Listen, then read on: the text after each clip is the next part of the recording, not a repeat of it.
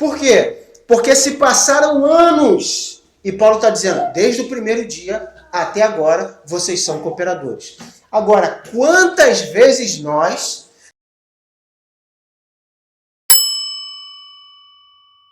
Vamos abrir na carta de Paulo aos Filipenses. Nós vamos dar continuidade a essa série de pregações em cima da carta de Filipenses. Na semana retrasada, nós fizemos a introdução desta carta. Vimos como a igreja começou, como Paulo foi lá e pregando para Lídia. O carcereiro também teve aquela mulher aquela jovem que estava possessa do espírito maligno e ela teve a sua libertação. Ali a igreja começou, com tanta dificuldade, com tanta luta. E depois de muitos anos, Paulo agora vai escrever para esta igreja. E aí nós vamos aprender muitas lições aqui dessa carta. Mas nós vamos começar do capítulo 1, vamos ler do 1 ao 11. Em seguida, vamos orar. Filipenses 1, do 1 ao 11. Paulo e Timóteo, servos de Jesus Cristo, a todos os santos em Cristo Jesus que estão em Filipos, com os bispos e diáconos. Graça a vós e paz da parte de Deus nosso Pai e da do Senhor Jesus Cristo. Dou graças ao meu Deus todas as vezes que me lembro de vós, fazendo sempre com alegria oração por vós em todas as minhas súplicas, pela vossa cooperação no Evangelho, desde o primeiro dia até agora, tendo por certo isso mesmo, que aquele que em vós começou a boa obra, há de aperfeiçoar até o dia de Jesus Cristo. Como tenho por justo sentir isto de todos vós, porque vos retenho em meu coração, pois todos vós fostes participantes da minha graça, tanto nas minhas prisões, como na defesa e na confirmação do Evangelho. Porque Deus me é testemunha das saudades que eu tenho de todos vós, em entranhável afeição de Jesus Cristo. E eu peço isso, que o vosso amor cresça ainda mais e mais em ciência e em todo conhecimento, para que aproveis as coisas excelentes, para que sejais sinceros e sem escândalo algum até o dia de Cristo, cheios dos frutos de justiça, que são por Jesus Cristo para a glória e louvor de Deus. Vamos orar. Deus santo e poderoso, Pai querido, nesse momento, sua palavra está aberta. Da mesma forma, Pai, que nós abrimos as Escrituras e chegamos, Pai, no texto correspondente, pedimos que o Senhor também possa abrir os nossos corações e que a sua palavra ali, Pai, possa encontrar morada e abrigo. Que não haja em nós desculpa, justificativa, que não haja em nós, Pai, murmurações, mas que a tua palavra, Pai, possa florescer nos nossos corações e que possamos nos moldar ao caráter de Jesus Cristo. Que a nossa vida, Pai, que o nosso objetivo seja esse, nos parecer como Jesus Cristo. A forma de pensar, agir, lidando com as pessoas, com as circunstâncias, nos ajuda, Pai, a olhar Jesus Cristo e imitá-lo em todos os momentos da nossa vida. Obrigado por esse momento que o Senhor tem nos proporcionado, que o Senhor possa falar aos nossos corações de forma clara, poderosa e concisa. No poderoso nome de Jesus Cristo, o nosso Salvador. Amém. Bem, Paulo aqui ele está escrevendo para a igreja de Filipos e, diferente de muitas outras cartas que ele escreve, não é uma carta que ele vai repreender a igreja. Por exemplo, quando ele vai escrever para a igreja dos Gálatas, ele vai ali repreender a igreja. Como que vocês estão abandonando tão rapidamente o evangelho para abraçar outro? Quando ele vai escrever para os Coríntios, da mesma forma, como é que vocês estão permitindo imoral no meio de vocês? É egoísmo, é divisão e é uma série de coisas no meio da igreja. Nesta carta em específico, Paulo não vai repreendê-los. Paulo não vai chamar a atenção deles, muito pelo contrário. Se você olhar no capítulo 4, mais à frente a gente vai chegar, mas só uma palhinha. No capítulo 4, no versículo 1, Paulo diz: portanto, meus amados e muito queridos irmãos, minha alegria e minha coroa. A igreja de Filipos, para Paulo, causava alegria. Era uma recompensa, era uma coroa. Paulo, quando ele vai lá para Filipos, ele sofre o açoite. Paulo e Silas estão presos, não sei se você lembra. Estão presos lá no calabouço, estão orando e cantando. De repente, aquele tremor, as portas abrem. Mas ele foi açoitado. Ele foi preso. Mas mesmo depois de passar por tudo isso, ele está dizendo: vocês são minha alegria e vocês são minha coroa. Então, por mais que eu tenha passado por esse momento de tribulação, luta, foi difícil, mas houve uma recompensa. Houve algo bom. Veja, os frutos que são vocês. E aí a igreja de Filipos, eles chegam junto com Paulo, eles vão cooperar, eles vão ajudar Paulo. Quando outras igrejas viraram as costas para Paulo, a igreja de Filipos foi a única que o ajudou. Se você olhar no capítulo 4 ainda, no versículo 15 ele vai dizer: bem sabeis também, ó Filipenses, que no princípio do evangelho, quando eu saí da Macedônia, nenhuma igreja comunicou comigo no sentido a dar e receber, a não ser vocês. Então todas as igrejas viraram as costas para Paulo, todas as igrejas não quiseram ajudar Paulo, mas Filipos chegou e falou: não, nós vamos ajudar. Nós vamos cooperar, nós vamos lá chegar junto. E chegaram junto. E aí no decorrer Paulo vai dizer, não só uma, nem duas, mas várias vezes a igreja ajudou. Em 2 Coríntios capítulo 8, Paulo vai dizer o seguinte: eles, falando da igreja de Filipos, da extrema pobreza deles, ajudaram e cooperaram no evangelho. Paulo chega a colocar esse termo, profunda pobreza. É mais do que ser pobre. Profunda pobreza é como um mendigo. Você olha um mendigo na rua, tem nada, tá com aquele saco de latinha nas costas para vender e cantar um centavo. Aí chega o mendigo, toma aqui uma ajuda para você pregar o evangelho. É isso que eles estavam fazendo. Eles não tinham para eles. Não tinha sobrando. Não abria a despensa e falava assim: tem 10 quilos de arroz, tem aqui 20 quilos de feijão. Eu vou dar um aqui pro Paulo. Não, não tinha isso. Era uma cambuquinha de arroz que tinha. Não, mas vamos dar essa cambuquinha de arroz pro apóstolo Paulo. Mostrando que a confiança deles não estava na despensa, não estava no trabalho, estava em Deus. Agora, presta atenção. Nenhum de nós aqui é mendigo. Nenhum de nós aqui está catando latinha para sobreviver. Mas quantas vezes a gente pensa 2 vezes se vai ajudar ou não? Peraí, se eu for ajudar, mas será que isso não vai impactar lá na frente? Será que se eu tirar agora não vai ser complicado? É melhor esperar, é melhor ter uma reserva maior. E aí depois eu ajudo. Quando os filipenses não fizeram isso, Paulo vai dizer, eles deram tudo para sobreviver. Olha que coisa. Eles entenderam o que é o evangelho. Evangelho é mais do que o pão que Jesus multiplica, que nós vimos aqui. É mais do que o pão que caiu do céu, o maná, é mais do que isso. Alguém está lá pregando o evangelho, precisa de ajuda, precisa de recurso. Estou lá junto com ele. O que está precisando, irmão? Vamos lá, irmão. Está aqui, ó. Não, mas e você? Não interessa aí, irmão. Vamos cooperar no evangelho. Eles foram e ajudaram. E essa é a primeira pergunta que fica para nós. Onde está a nossa confiança? Nossa confiança está no trabalho, está nos recursos, está na despensa, ou a nossa confiança está em Deus?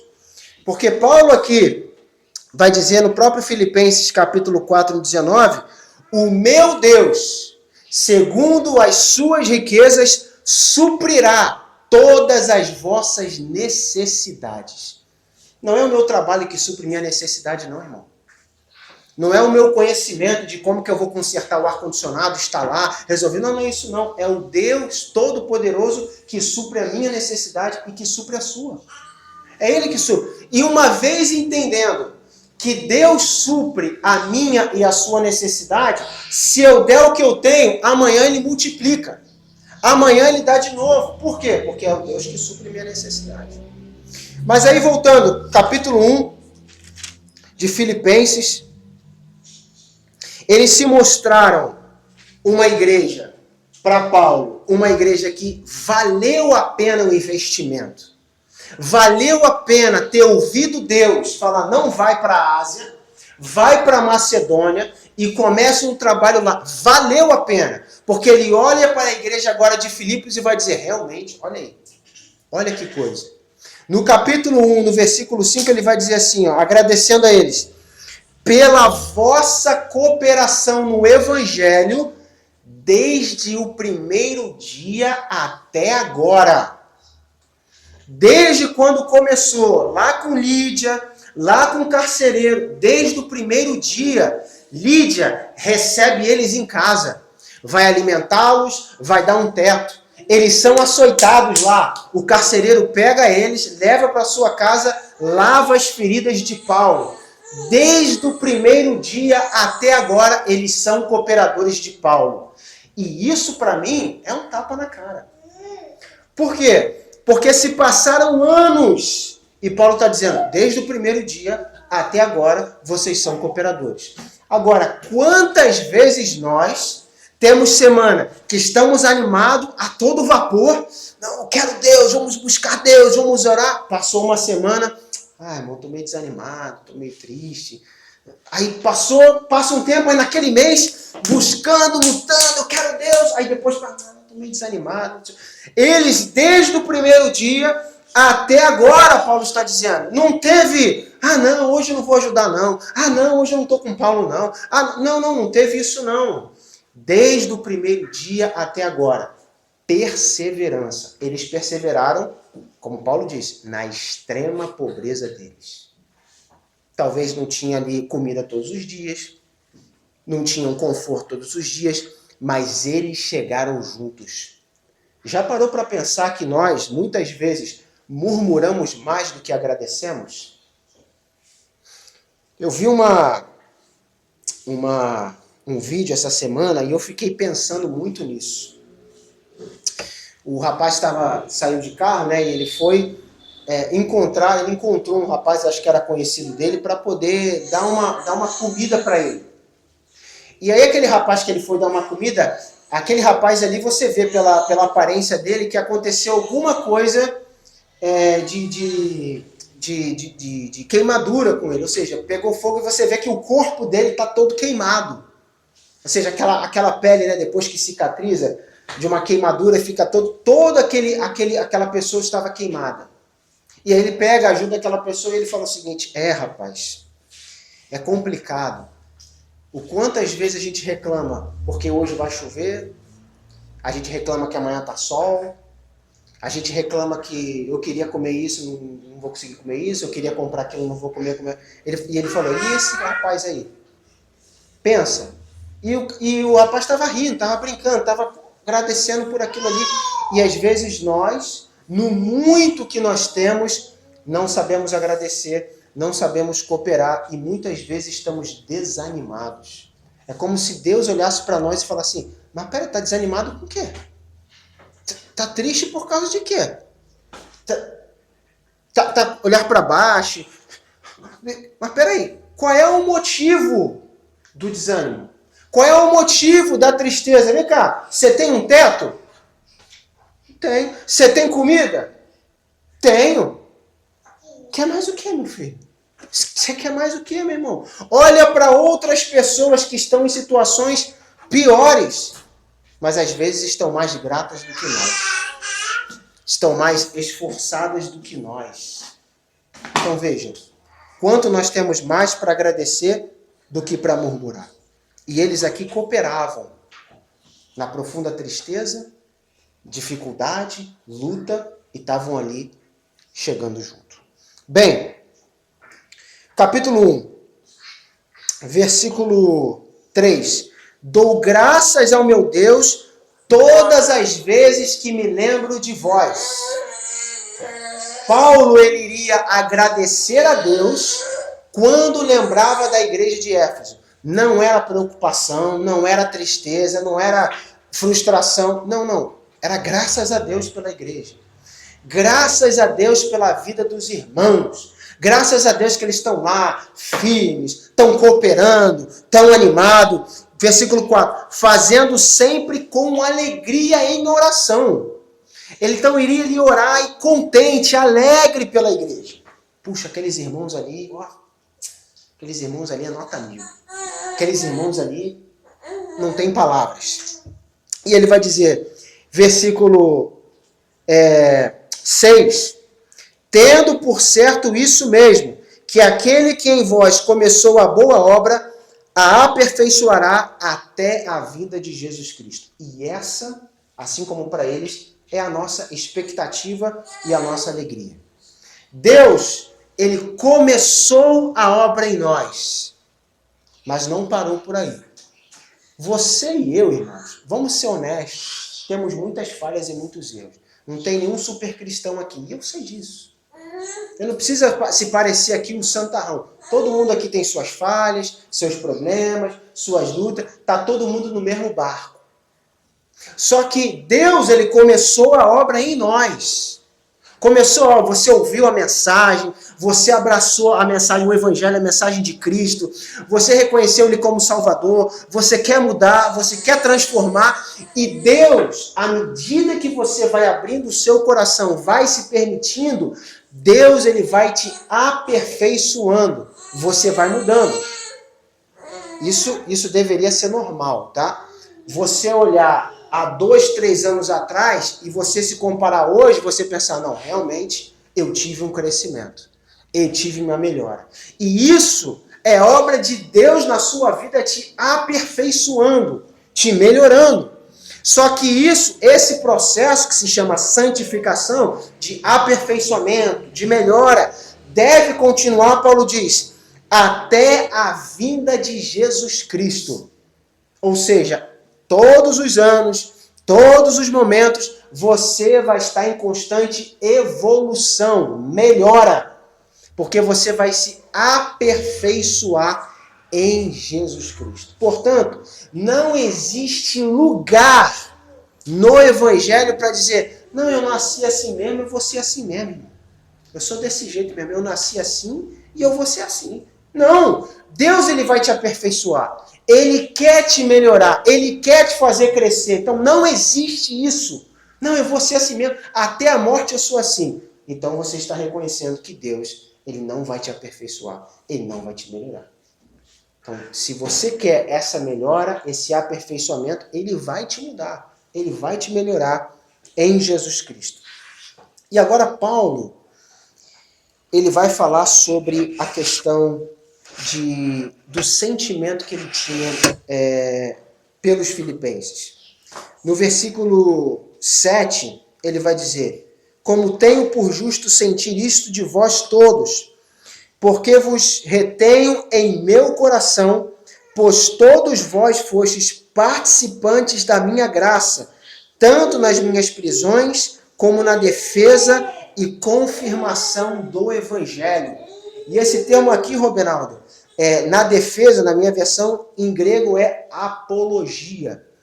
Então eles estavam ali juntos, presentes com Paulo, nas prisões, na defesa e, versículo 7, na confirmação do Evangelho. Eles estavam ali apoiando o apóstolo Paulo, juntos com o apóstolo Paulo. Se tivesse algum problema, eles estavam ali juntos. Mas estavam juntos com o apóstolo Paulo, mesmo correndo risco. Agora veja, será que nós temos essa mesma disposição? Que disposição? Ora, apoiar um presidiário, um criminoso, basicamente, você também é um criminoso. Por exemplo, no Brasil, se você apoiar qualquer criminoso que seja, você recebê-lo na sua casa, escondê-lo na sua casa, você pegar coisas que ele pegou, tentar esconder para tentar livrar, você também se torna um criminoso. Naquela época, os cristãos eram criminosos. Apoiar os cristãos, da mesma forma, você se torna um criminoso. A pergunta é, eu e você estaríamos dispostos a colocar a nossa vida em risco por causa de apóstolo Paulo? Por causa de alguém que está preso? Você e eu colocaremos a nossa vida em risco, consequentemente, a vida da minha família em risco, por causa da pregação do Evangelho, onde o Estado não aceita? Ah, não, irmão, com certeza. Eu com certeza colocaria minha vida em risco, apoiava com tudo. Mas às vezes por menos a gente não apoia. Às vezes por menos a gente já está titubeando, a gente já está duvidoso, a gente já está desanimado. Será que realmente eu estaria disposto a entregar a minha vida? Eu lembro de um pregador uma vez que disse algo interessante. Todos aqui, perguntando, todos aqui vão dar sua vida por Cristo, amém! Aquele coro da igreja, glória a Deus! Amém!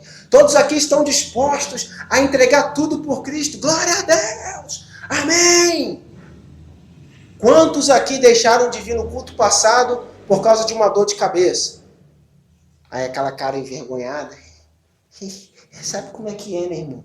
É complicado, dor de cabeça. Ah, então você não entregaria a sua vida por Cristo. Um culto, uma dor de cabeça, foi o suficiente para você não ir, seja para ouvir uma palavra, animar um irmão, receber um conselho. Imagina alguém com uma arma na sua cabeça dizendo, nega a Cristo. Aí você vai dizer, não, eu aceito. Pode atirar porque eu vou continuar com Cristo. Não vai. Não vai. Não vai. Então veja, os filipenses aqui, eles estão colocando a sua vida em risco por causa do apóstolo Paulo. Nas prisões, na defesa, na confirmação do evangelho. E aí no versículo 8, Paulo vai dizer, olha, Deus é testemunha das saudades que eu tenho de todos vocês. Eu tenho saudade dessa igreja. Eu tenho saudade de estar junto com vocês, de ali participar junto com vocês. E versículo 8, eu tenho entranhável afeição de Jesus Cristo por vocês. Eu tenho. Agora, versículo 9, 10 e 11, queria chegar aqui, cheguei. Versículo 9, e peço isto, olha só o que Paulo agora está orando. Peço isso, que o vosso amor cresça mais e mais. E ele vai dizer, em ciência e em conhecimento. Repara o seguinte, a Bíblia vai por muitas vezes salientar isso. Eu sei que às vezes a gente já falou sobre isso, mas vale a pena repetir. O amor não é sentimento, ok? Amor não é aquele negócio que faz o meu coração ficar pulsando, frio na barriga. Esquece isso na vida cristã. Esquece isso. Amor não é isso. Amor é uma ação. Se você lá ler 1 Coríntios 13, em momento nenhum Paulo vai dizer o amor é frio na barriga, o amor é quando a mão começa a suar. Esquece isso, meu irmão. O amor é quando você toma uma ação. Você, naquele momento que você está com raiva, você escolhe perdoar, você escolhe ter paciência. Isso é amor. Isso é demonstração de amor. É naquele momento onde você quer fazer uma maldade, mas você escolhe fazer a bondade, a justiça, ainda que você sofra o dano. Isso é amor. Paulo aqui está dizendo para os filipenses para que eles cresçam nisso. Multipliquem isso. Só que olha o que ele vai dizer. Cresçam em amor, mais e mais, e em todo conhecimento. Irmão e irmã, não cometa loucura. Não faça o que não convém. Saiba amar. Saiba como amar. Estude Jesus Cristo. Veja como ele agiu. Você vai ver como que é amor. Porque você vai ter momentos que ele entra no templo, ele pega o chicote e dá uma chicotada. Mas isso é amor. Isso é amor. Tem momentos que ele vai multiplicar o pão, mas tem momentos que ele vai dizer, vocês não estão me procurando por causa do sinal, é porque vocês estão com a barriga cheia. Isso é amor. Para muitos, isso não é amor. Mas isso é amor. Devemos aprender com Jesus Cristo, com a Escritura, como amar, como responder a cada um, como agir com cada um. Não, eu tenho que agir da forma que vai ser melhor para a pessoa. Não, é da forma como Jesus Cristo agiria, porque ele é amor, já diz a Escritura. Então, não ame de qualquer jeito, da sua cabeça. Não, eu vou agir da minha cabeça, eu acho que isso é amor. Vai pelo caminho errado. Paulo vai dizer que vocês cresçam em amor e em todo conhecimento. Em entendimento e em todo conhecimento. Cuidado. E aí ele vai dizer, versículo 10. Para que aproveis as coisas excelentes, para que sejais sinceros e sem escândalo algum. Se tem a maior desgraça, irmão, do caminho cristão, é quando existe um escândalo. Isso é a maior desgraça que tem, é quando existe um escândalo. Você vê lá, infelizmente, né, alguém que se diz pastor e tal, rouba ou comete um estupro ou faz alguma coisa, e aí aquilo vira matéria nacional, e logo muitas pessoas vão dizer, tá vendo? Olha lá. Você tem certeza que você está indo para a igreja? Está dando dízimo para esse pastor enriquecer? É a primeira coisa que acontece. É as pessoas falarem mal do caminho, por causa do escândalo. O próprio Jesus vai dizer, ai daqueles por quem vem o escândalo.